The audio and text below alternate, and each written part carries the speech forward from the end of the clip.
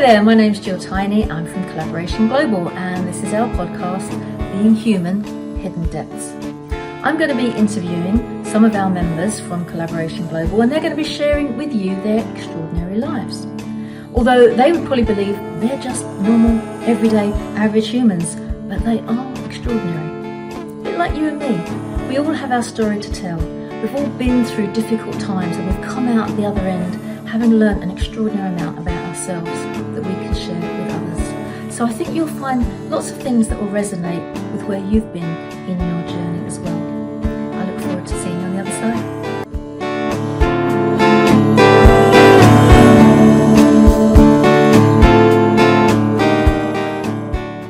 Hello and welcome to Being Human, Hidden Depths. And I'm Jill Tiny, and I'm delighted to say I am joined today by Rob Morgan, one of our collaborators, one of our members at Collaboration Global. So welcome, Rob. Lovely to see you today. Thank you. Lovely to be here. Thank you very much. It's not so sunny. It's beginning of July, usual British weather. And of course, we're coming out the other side of the lockdown. What's been happening for you and who are you locked down with at the moment, and what are you looking forward to? My wife and my two children. So I've got Billy, who is 12 next week. Oh, wow. And Kyra, who's 10. Oh. And my wife, Tika, who is Indonesian. I thought you were going to give her an age for a minute. I was going to say, don't do that. Ladies don't. Indonesian. She's a lot younger than I am, though. So you're punching above your weight there a little bit, Rob. Yeah, did you go to Indonesia? Is that where you met? Or? Yeah, so we actually met. I was out there doing a scuba diving holiday, and she was working in the hotel that I was staying at. So that's nice. We met, and then we exchanged details at the end, and we corresponded, and then I went back out there again, and one thing led to another. Romance, lovely. Yeah. Scuba diving, now that's something. Yeah, I've known you for a couple of years now at least. I don't think I connected the scuba diving with you. I think that's quite something I've never done. Yeah. And it's the first time I ever saw my husband be nervous about something. He'll jump off of high buildings, he'll do all sorts of abseiling and, let's have a go, let's fun. And he's in it. But then he did scuba diving and he was like, I don't know if I want to do this. Because it's a mindset thing, isn't it? To be able to go deep underwater and rely on something artificial other than yourself to support you to survive. Yeah. How did you get into scuba diving? It was something I always fancied doing, and I actually signed up, and I went on a course at Barkingside Swimming Pool. I know it well. probably 25 years ago. Yeah, I think it's a block of flats now. And it just went from there. So I went and I learnt in the swimming pool, which was interesting. Some things that you wouldn't want to see in the swimming pool. Dear, don't tell me. And then went on some holidays in the Red Sea. Yeah. And then just started making my own holidays. So I went out to the Far East, to Thailand, and did some diving out there. And then somebody recommended this place in Indonesia that I met my wife at. So, but the really interesting thing is, I find when I'm diving, I'm just find it easy to get into a meditative state. So there's nothing really going on to distract you, and I just find it really easy to fall into that state where we all have our best ideas. So, when we're on a walk or when we're in the shower and there's nothing much going on. I like that. And I got that from scuba. I don't know whether I actually realised it at the time what it was, but I just loved it. And I still do, but I've not done it. It's probably 4 or 5 years since I've been diving. I get the impression it's a bit like skiing. It's once you get the hang of it, it's quite addictive, and you don't want to stop. So maybe one day I'll give that a go. But I get the meditative state because it's being at one with nature, isn't it? It's being part of the current and seeing the wildlife. And so, okay, you have a brilliant idea when you're you know, how many fathoms down. What do? You can't, you know, you just got to remember it, haven't you? Yeah. Quick, give me a piece of paper. But it kind of works in the way that I see people change. So it's not so much about writing things down, but if you have an insight, it's like an update to the machine code in your brain. Yeah. And once you've had that insight, You can't unsee it. you can't really unsee it, and you can't put words on it. Sometimes it's not something that it makes a change, and you see things differently afterwards. I guess it's another piece of the jigsaw, isn't it? That you kind of just build on, what, depending on whatever you're thinking. But I think it's the clarity, and I want to talk about clarity a bit later on. But before we do, tell us, what's your day job? You know, it's like they say on these TV shows, isn't it? Being a presenter, who are you? Where are you from? What do you do? And while you're doing one thing, your being is part of that doing, isn't it? So explain to us what it is. What's your day job? So I've had my own business for about 5 or 6 years now, and it's interesting because my business has always been about helping people to perform better, helping leaders to lead better, and working with individuals on a coaching on a one-on-one basis, and working with groups of people. But the way that I do it has completely switched in the last 3 years. So we'll talk about clarity a bit later. But I used to be a person that thought that if there was something to do, there was a process you could follow, and if you followed the process, you would get to the end result that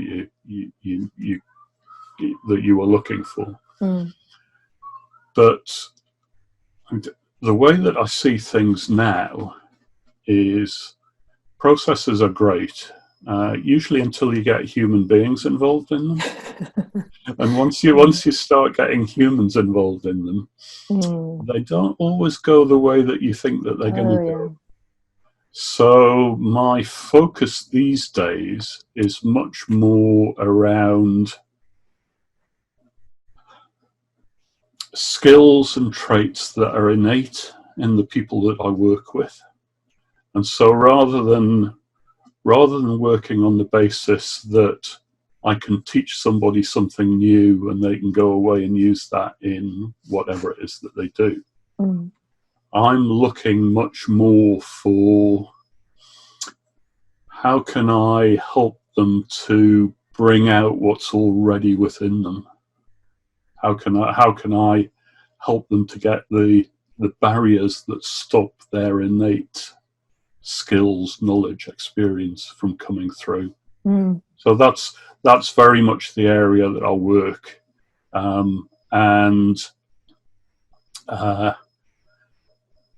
well, it looks to me as if as we come out of this kind of pandemic stage, that in business and in that's kind of the area where I focus on in my business. What's going to make the real difference, the difference between companies failing and thriving, is going to be the quality of the leadership in those organizations. Gosh, yeah. So I've been working very hard at putting together some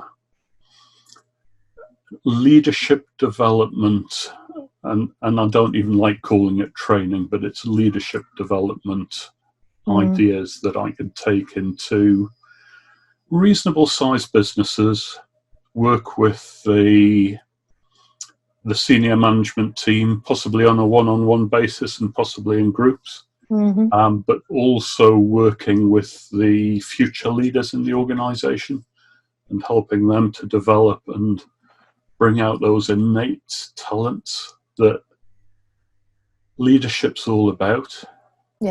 Well, we talk a lot at Collaboration Global about people's inner genius, their sort of natural, as you say, innate. A skill can be learned, but there's something in you that's your mojo, your kind of reason for being. And what I love when you say you help people kind of find that space, so you can see where are the next leaders coming from. Well, who's got this leadership quality, this magical thing, and people go, oh no, it's not me. And sometimes they think it's not them, and I was one of those people. It's like, oh no, I'm a supporter, I'm a nurturer, I'm in the background, I'm not the one at the front of the room, or I'm not going to do any of that leadership stuff. But when it gets unpacked and people realize that actually you could do it, and I think you should do it, and I think you're ready for it, then it becomes very exciting, doesn't it? Because you can kind of feel them grow before your very eyes.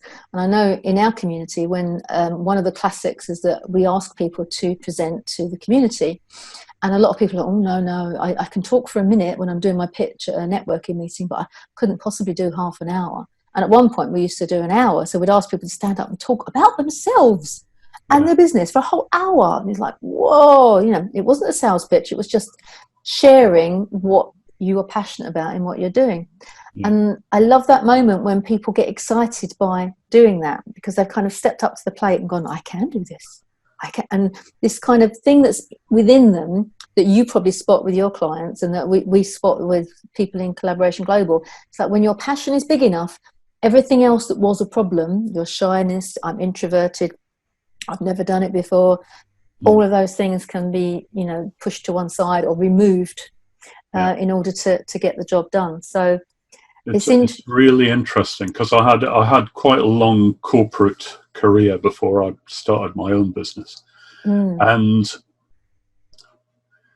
when I look back on it, certainly in the earlier years of it, I wasn't really in touch with, I think where you lead from the present moment, and it's about getting in touch with, you might call it wisdom or common sense, and being prepared to take action from what that wisdom or common sense tells you to do. Realize you don't get it right all the time, but it's to be honest, we learn more when we get it wrong and we fail, although there's not much of a culture of failure in most of the businesses that I worked in. No. But when I look back, certainly in the early years of that, I kind of had this attitude that I couldn't believe that I'd got to where I'd got to, and I was doing what I was doing. And a lot of what, the thinking that was going on was, oh, what if I get found out? What if people, what if people find out that I can't really do this? I'm just, doing it from faking it. We all have that, though. If people say they've never suffered from imposter syndrome, I say you're lying, because everybody's had it at one point. So I know exactly what you mean. It's interesting, because where I see people now, and the people that I work with, that they have everything within them that they need to do whatever it is that they want. But sometimes they don't see it themselves, and it's helping them to see it themselves, helping them to get closer to understanding reality. So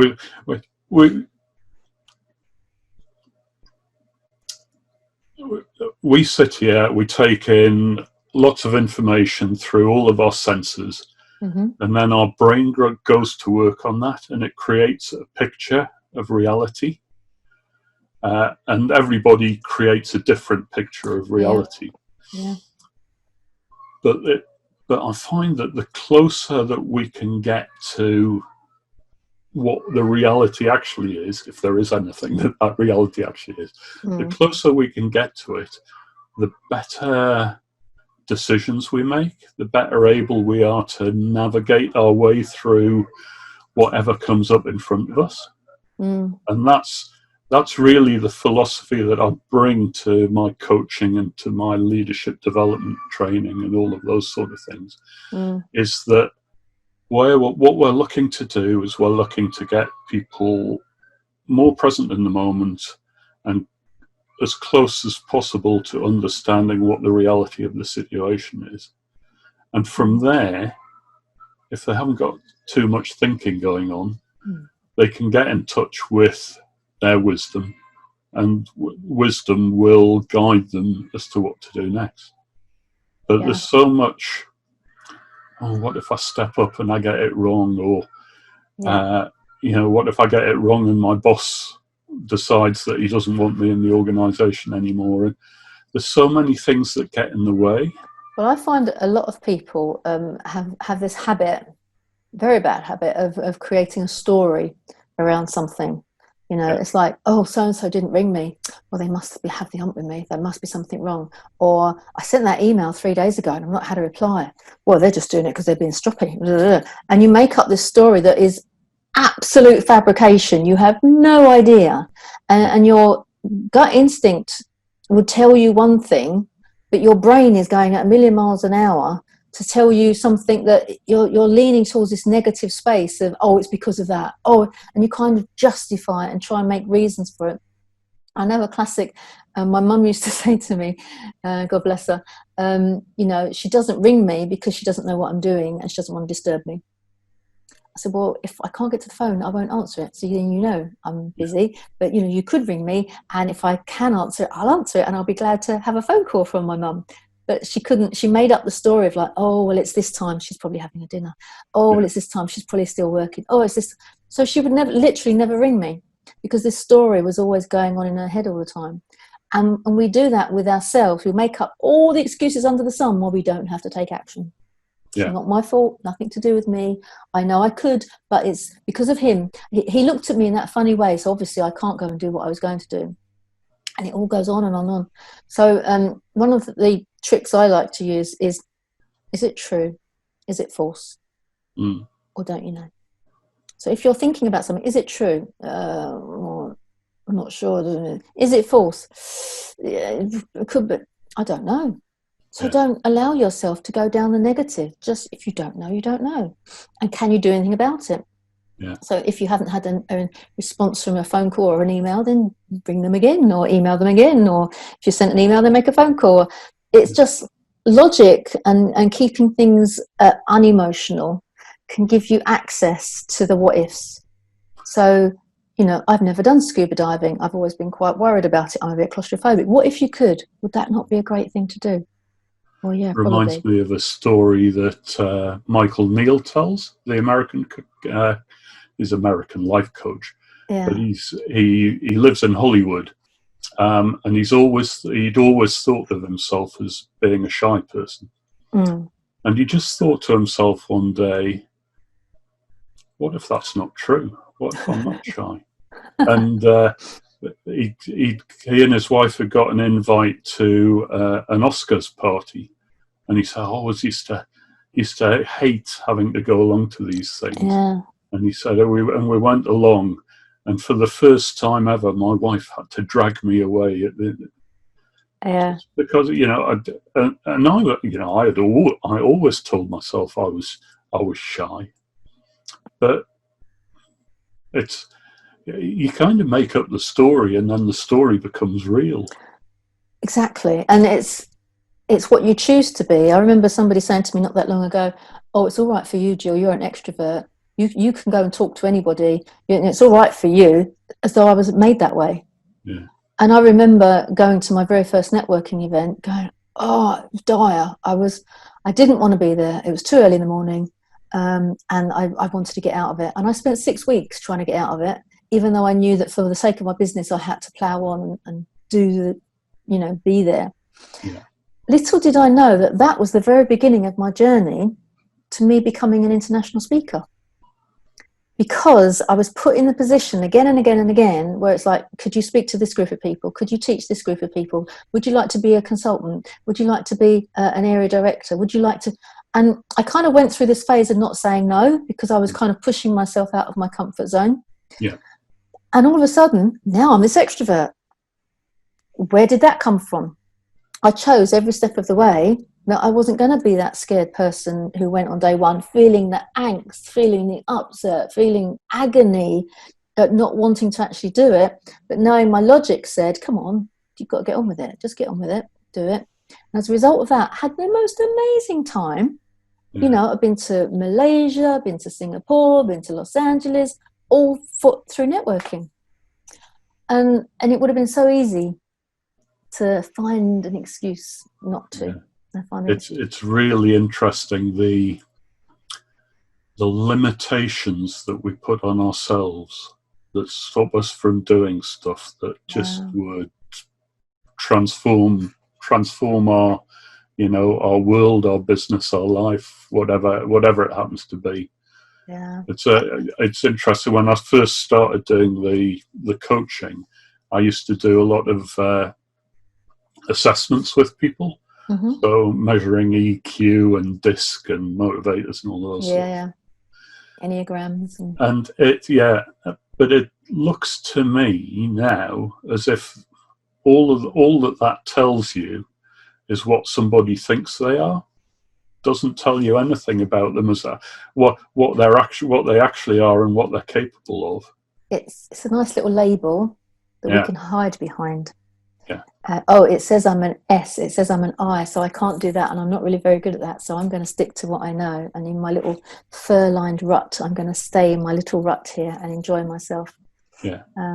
Yeah, it's Just debilitating. I don't take any label. No label should define you. It's something that is interesting to. Oh, okay, yeah, that's my subconscious talking, or however the profiling tool has been used. And I think there are sometimes it's useful to have a profiling tool if you just quickly want to gauge the team in front of you, if you've got no idea who they are, if you've not had a chance to work out their personalities. But when you understand profiles, you can pretty much spot just by people's body language yeah, what they're going to be like. But it's the untapped stuff that you're talking about. exactly. So it's again interesting. When I did my MBA, which is 20 odd years ago now. They did Myers Briggs as Yes, the yeah, yeah. assessment, and I came out as an introvert on Myers Briggs. And for years, I thought, That was me. I Yeah. would love to do Wear that, that but I badge. can't do that. I'm an introvert. Um, but Mm, yeah, it's I don't see myself as an introvert anymore. good. That's Yeah, good. It's funny how we play with language. Like people, really bugs me when people say, "Oh yeah, there's a meeting," or we'll go down the pub. I'll try and make it. Try. It's like it's an excuse. Why don't you choose positively, or choose? Don't give yourself an excuse, because you've only got one life. You need to live it on purpose and not by accident. yeah, Not kind of backhanded, like, oh yeah, I think maybe I'll try means it's not going to happen. yeah, And I don't know about you, but I learned that as a kid, because your mum would say, oh, we'll wait, we'll see. Well, that means no. yeah, Really fast, because it's just the language that we use can really disempower us or empower us. So it's and when people kind of, I remember that this one guy saying, oh, it's all right for you, you're an extrovert. I'm like, it's just, yeah, am I? Oh, I didn't think about myself as an extrovert. Maybe I am. I choose to be. There are times when I don't want to go anywhere or see anyone. God bless lockdown. I've actually had quite a nice time. Thank you very much. yeah, Sitting at home, it's been fun. Albeit horrendous things that are going on around me. But and I never thought I could content myself with being in one space, because I've always been curious and, oh, well, let's go out, let's do this, let's see here, and I'm curious about people, which potentially makes me an extrovert. But I think I love connecting. So that's my big thing, is I connect with people. But lockdown has taught me that I can be content in my own company. mm. And I thought that wasn't possible. What have you learnt about yourself in this whole period of time? It's been really interesting because in the past I would probably describe myself as con, con, continually anxious about things. So if there was something that I could worry about, I would be worrying about Yeah. it. But that it just looks different to me now. It looks, there are a lot of things that I could worry about. My wife works in the NHS. Oof. My kids, well, at the start they were obviously going to school. Now they haven't been to school for 3 months, Yeah. and won't be going back until September by the look of things. Mm. My mum, who lives 250 miles away and is 90, as it was told to lockdown, and I said, yeah, good luck getting my mum to stay in.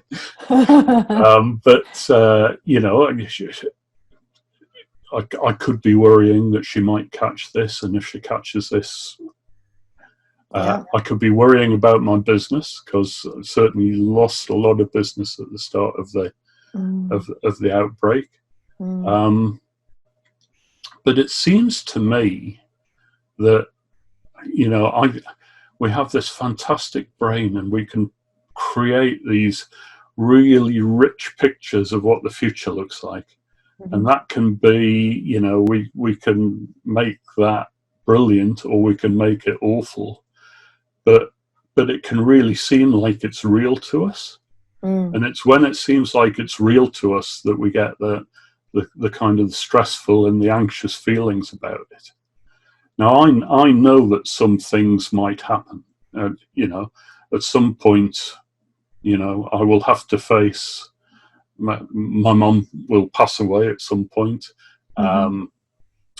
There may well be things that come along that impact me in my business.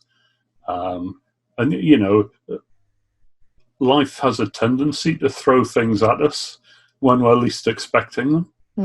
But if I sit here and worry about them, what I don't have is that resilience and that connection to wisdom that I have when those things actually happen. And I'm 63. There's quite a few things that have happened already that have come along that have knocked me, but I've survived them and I've got through them. And it's what will happen will happen. But when it happens, you have the opportunity to reach into yourself and reach to that wisdom, to that resilience, that creativity, all of those good things that just help you navigate that at the time. And of course, when people are susceptible, don't know how to choose powerfully, don't know how to access that wisdom and that resilience, anxiety becomes very, very real. Yeah. And then that can trip into, other mental health issues. Yeah. That it's like the thin end of the wedge, or the beginning of the spiral. And it's very easy to kind of worry yourself into a state of, the whole world's gone to hell in a handcart kind of thing. So it's understanding, and I'm assuming because of your experience of scuba diving and the meditative state that you found yourself in, that is probably a practice that you use now?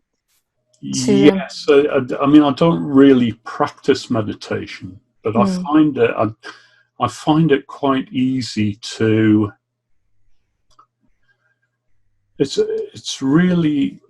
It's not a technique, but I'm much better at recognizing when I've got a lot of thinking going on. And we're all thinking all of the time, and there's thoughts that come and go, and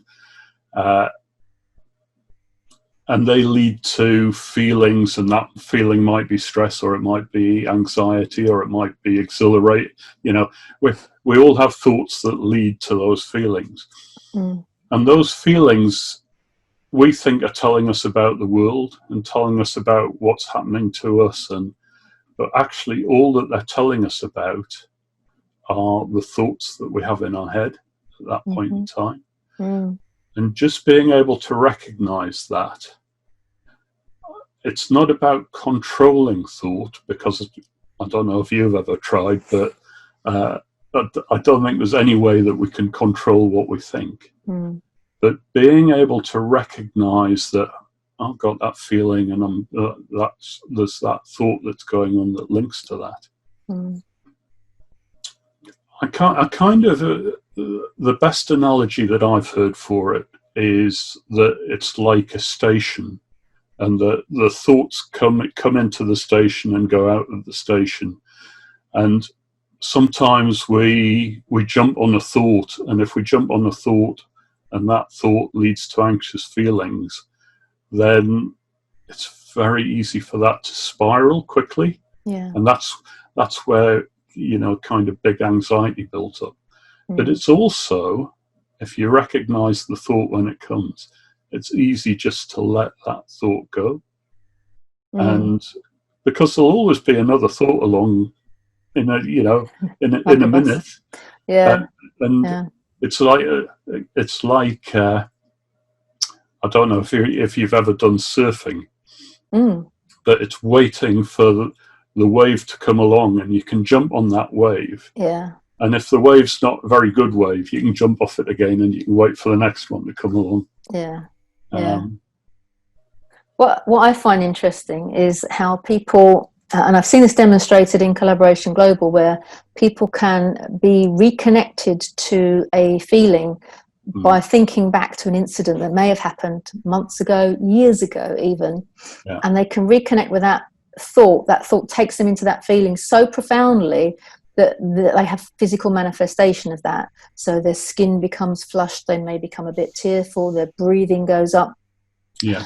And then by the person that's working with them, helping them to unpack those thoughts and how to kind of dissipate the emotion, they're not cancelling it or anything, but they're actually taking the sting out of the emotion by understanding the thoughts more effectively. And you can see the person in front of you totally transform. The face becomes clear, the breathing becomes easier, and you think, oh, this is a bit of a trick, this is a bit like a hypnotherapist on a stage doing a little fancy thing going on here.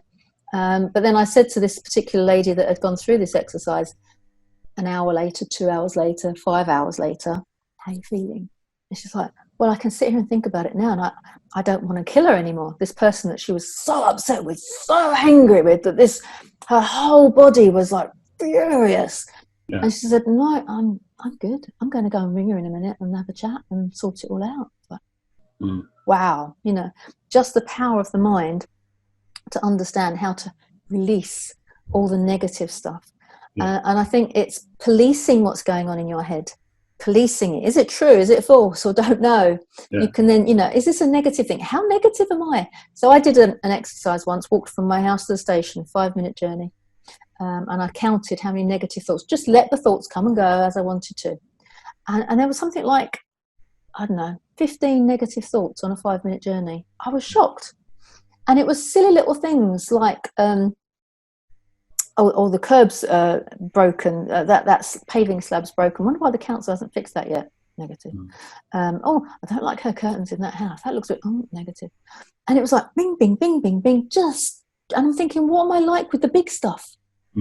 So, and then another day I did look at the positive thoughts, and the positive weren't as big as the negative, but I thought, well, I need to relay that so that it's, because I want to feed myself with good stuff, and your thoughts are as important as the food that you put in your body in order for your wellness to be able to thrive.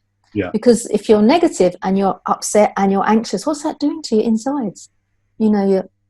Your stomach, your ulcers and all the kind of things. And some people would say that a lifetime of adversity and worry would create a cancer. Now, I don't know if that's true. That's just I've got no proof of that at all. But it kind of makes a little bit of logic for me that if you're constantly at this pent up, angry, stressed out, it's got to have an impact on your body. Yeah. Your body can't live like that all the time. Yeah, it's. I've read somewhere that. We have the fight flight mechanism, but it's only really designed to be used once every, I don't know, 2 weeks at most, but people are using that all the time. They're running on adrenaline, they're creating this serotonin, and it's absolute killer. It really literally kills people.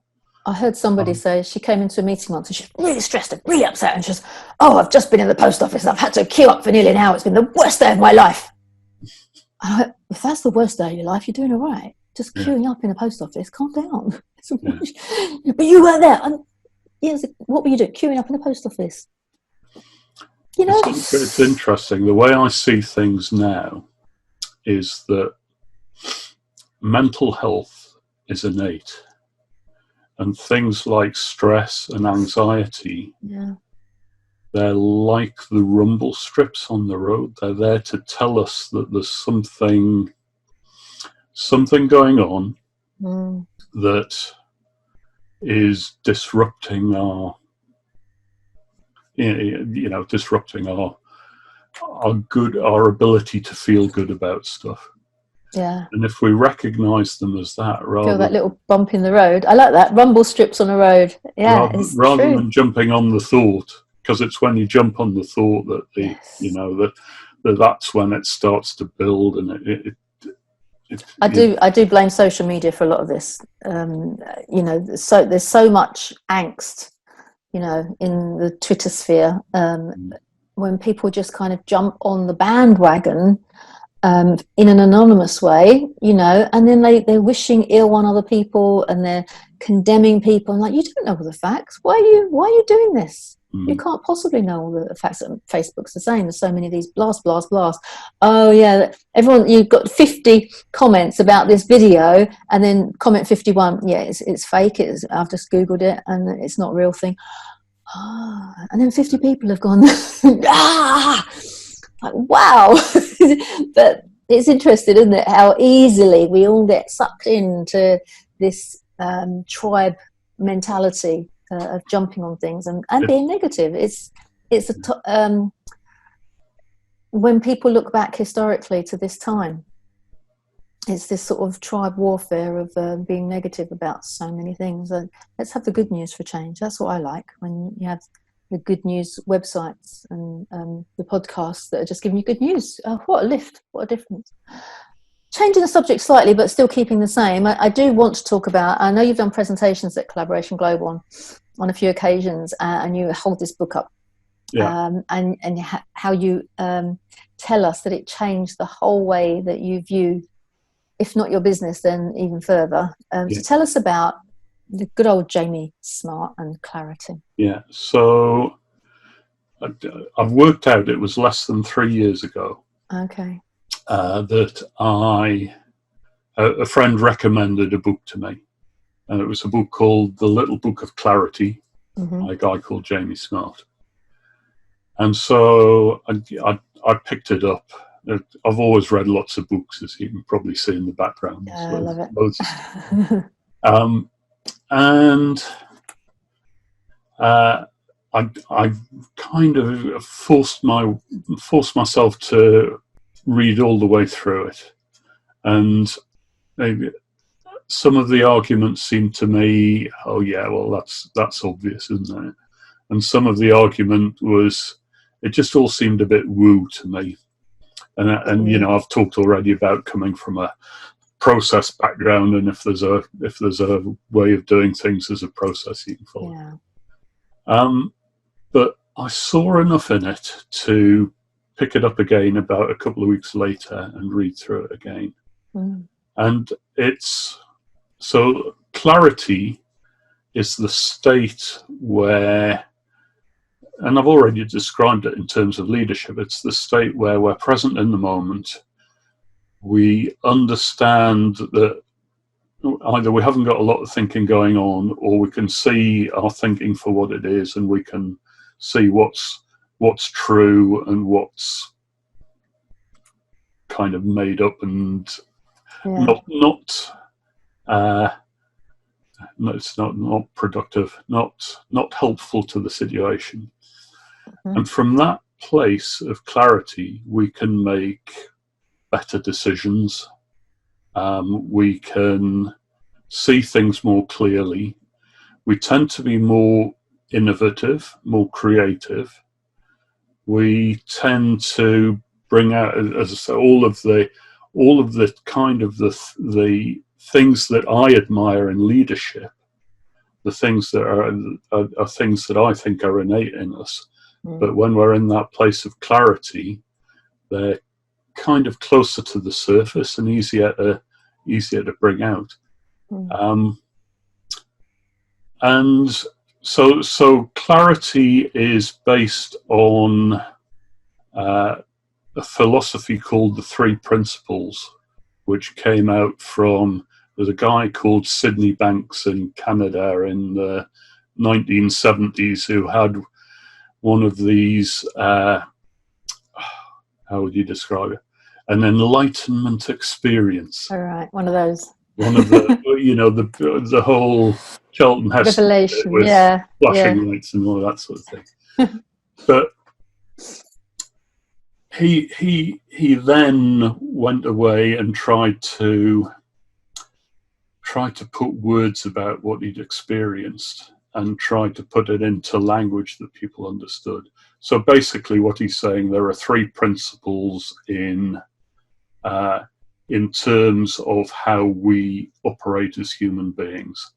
And those three principles are thought, so the thinking that comes through us, mind, which is like the intelligence of the universe, so the thing that makes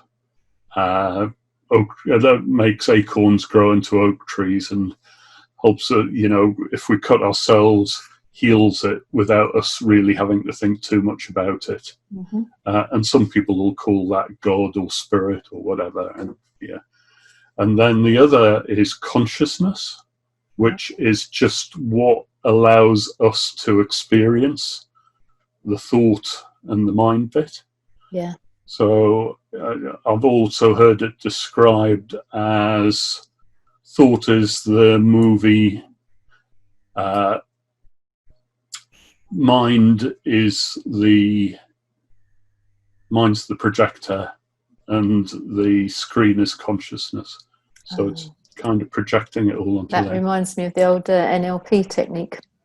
I don't know if you've done any NLP, when you flash the images across the screen. But I guess that's kind of based on that, isn't it? It's thought, mind, and consciousness. Yeah, I like that. I mean, the NLP, the difference between Three Principles and NLP is kind of reverse engineering. Okay. So it looks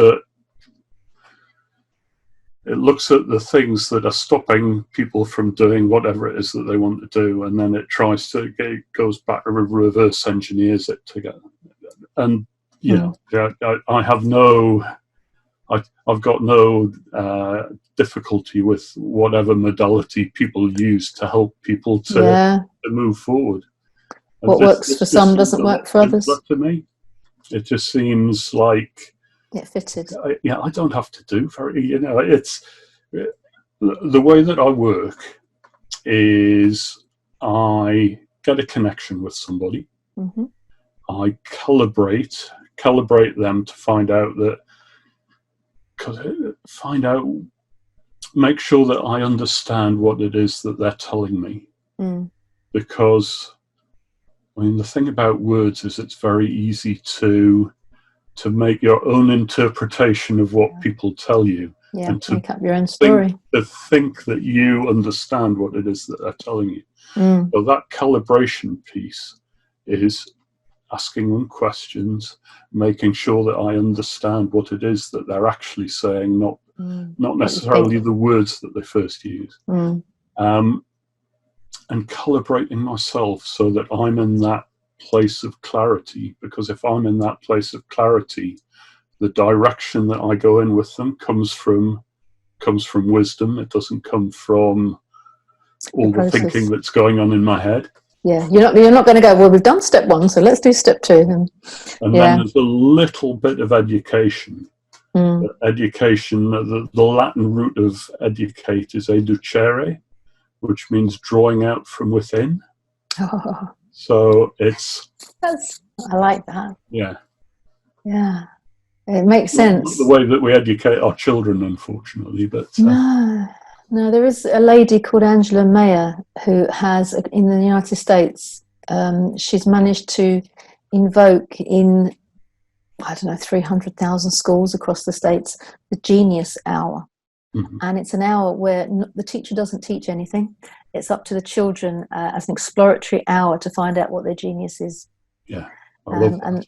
And it's beautiful, isn't it? And they're working on themselves to find out what it, because normally you're like, you do this in school. This is we are imparting knowledge to you, but when it's coming from the other direction, Mm. it's just lovely. And as an ex-teacher myself, knowing the children in the classroom and knowing what their skill sets are, and just finding that one thing that kind of brings out their genius, that's a good job. Going back to the things that we think, of the stories that we tell ourselves about ourselves. I always thought that I wasn't really a creative person. But I love I love being creative now. It just seems like if you get, I think it probably came from, you know, doing art at school and not being very good at drawing, and they can't do that. But I look at places where I'm creative now, and creativity around my business, creativity with just in the way that I live my life. Yeah. But that all comes from within. That's kind of one of these innate things that you can suppress it if you don't think you're creative. You tend to suppress it. It's the same as if you've been told when you're a kid you can't sing. You think, oh, I won't sing in public, or I won't sing, you know. And it's just one person's opinion, and you can change. You can transfer all of it. Unless it's Simon Cowell's opinion, in which case. Okay, you have to pay attention then, do you? Yeah, you still don't have to believe him. No. It is interesting that I forgot what I was going to say then. It was I think this creativity that you speak of, I mean, a lot of people have rediscovered their creativity through lockdown, haven't they? There's opportunities to try something new and do something new, and how we always thought, you know, oh, I can't do that. That's what I was going to say, is the creativity when somebody cooks, for example, you can tell the difference by taste of a meal that's been cooked with love and a meal that's just been put together. Yeah. Because that love is that innate creativity that makes the dinner taste wonderful. So if you're doing it, my mum always said, you can't bake bread if you're in a bad mood, because it will come through in the dough. You know, you have to be in, although you've got to do all this business, it is about, you know, kneading it with love and helping it to be the best loaf of bread it can be. And I think that's the same with people, isn't it? If you come to people in that space of love, no matter how angry they are, how upset they are, how down on themselves they are, if you come to them with love, they're like, ooh, and there's that opportunity for them to listen to what you might have to say. And that's why at Collaboration Global, I'm passionate about, that word gets bandied around a lot, doesn't it? But I am, because it's like, if people can come together with love, with caring, with kindness, with compassion, you know, things like, as we were talking about earlier, the Black Lives Matter mission, movement. Wouldn't that be an easier space to be? Politics, wouldn't that be? You imagine politicians talking to each other with love, kindness, compassion, caring. You know, because it's not happening at the moment, because we're in a society that is taught around the capitalist agenda, the monetary system, the fear factor of you haven't got enough, there's not enough to go around, you have to earn more, you have to make more profit, you have to consume, you have to, you know, all of these things that are damaging on so many different levels, and all we have to do is wipe all that away and get some clarity on what's important in people's lives. And it's it goes back to the different realities that people live in, that, you know, I'm sure that whether the people are on the left or the right of politics, that somewhere in their heart they're there for a good reason, and they believe that what they do is going to be the best thing for themselves, maybe, but also for the people who support them. But sorry. That's all right. I was just going to say about politicians. I believe they go into politics for the right reasons, but I think there is a deep-rooted system that they get sucked into, and it's very hard to go against the grain. And I think this is an opinion and not fact, but it just feels that the majority of politics is just run by money. and where the money is where the power is, which is where the coercion happens, and where people have to give up their altruistic endeavours of helping the nation and helping the constituency and helping the individuals, because it's like, oh no, we can't do that because that person's paying that much money, and it all gets very complicated. And I think if only we could have a clean sweep, clean slate and start again. That's a whole other podcast, Rob Morgan. Let's not go down that road. We'll do that next week. Definitely. So just to finish off, we didn't really start in the beginning about talking about Collaboration Global from your perspective. Now we've kind of gone online. It's a different beast to what it was before. How have you found that? Yeah, it's been interesting. I mean, one thing is it's probably enabled me to get to more of the meetings. I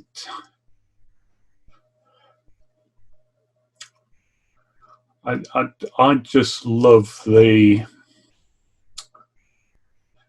space it gives you just to kind of let go of everything else and relax into being with a group of interesting people, interesting ideas, not everything that I agree with, everything that everybody says, but people who are prepared to. One of the greatest skills that I think that we all have, and very few of us use it to its best extent, is listening. Lots of people listen, but they're listening in anticipation of their moment to be able to jump in and say something. Yeah. But if we really listen to what other people say, it just takes you into a different place, a place where you understand that you might not agree with them, but you can understand, you can see things from different perspectives.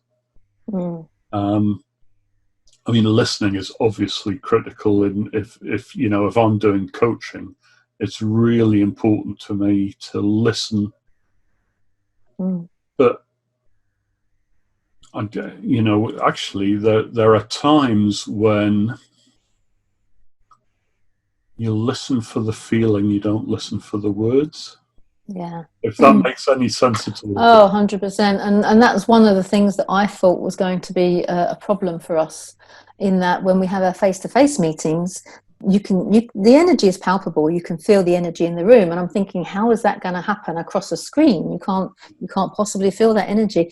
But it is still there, because the culture of love, connection and abundance is coming together, and people aren't coming together to sort of roll their sleeves up and go, right, so who can I collaborate with, who would be useful for me? It's holding the space for what's possible, and the potential for collaboration, but also learning from each other, helping each other, finding out how you can support, connect, get together and just see what's possible. And I know from what you're doing in your business, you've connected with collaborators past and collaborators present in order to support you in what you're doing. And I know full well that you would have been doing the same for them. Yeah. Not only are you going there to pick their brains and go, so tell me about this, you're going, oh, I've had an idea about what you were talking about. And it's just being in that space of, there's no right or wrong.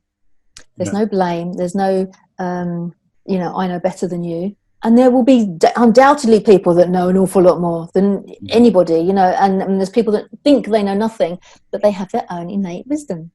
And when that is released, then they will say something that they think is, well, everyone knows that, and they'll just say it, and somebody else will be like, oh, that's profound, I hadn't even thought about that. And that's what I love about holding that space, for people to just truly try stuff out, have a go, and just put it out there. And that's what these podcasts are about, is getting to know you at a deeper level. Because if we're at a meeting, quite often you're sitting there, the listening one, you're listening, and you'll say something right at the end that will be really profound and really beautiful, but people don't know much about you. So now they can come and they can hear what you're saying. They can hear about your style around coaching. They can understand what your how you got to where you are and what you are passionate about.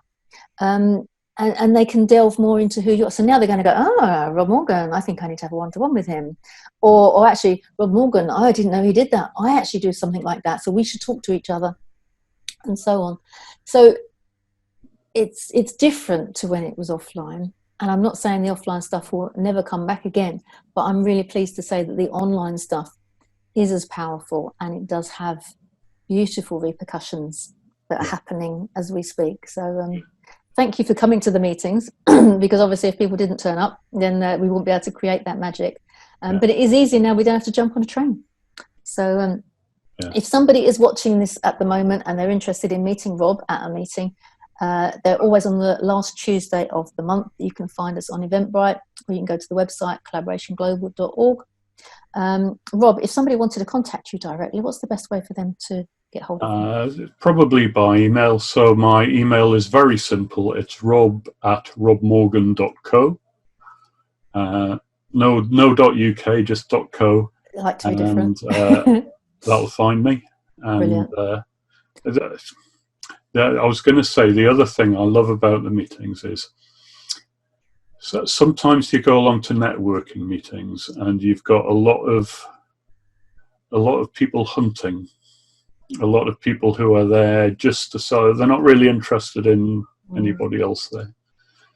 The Collaboration Global meetings, people are there to learn, and it's kind of interesting. We've got inbuilt in us kind of a bullshit detector. Yeah. And people spot the guys that are just there for themselves very quickly. But there's none of that at Collaboration Global. Yeah.